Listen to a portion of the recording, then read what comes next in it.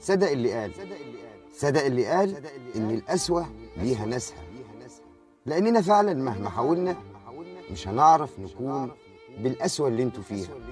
يعني الواحد مننا يبقى مش طايق حد معين وشاف على إيده المر كله، ومجرد ما الحد ده يلجأ لينا بننسى إن هو أذانا وبنقف جنبه، مع إن قبلها إحنا كنا بنقول من جوانا بجد إن إحنا لما نشوف الشخص ده هنعمل وهنسوي وهنطلعه من حياتنا وهندوقه كمان قسوتنا علشان يعرف إن الله حق.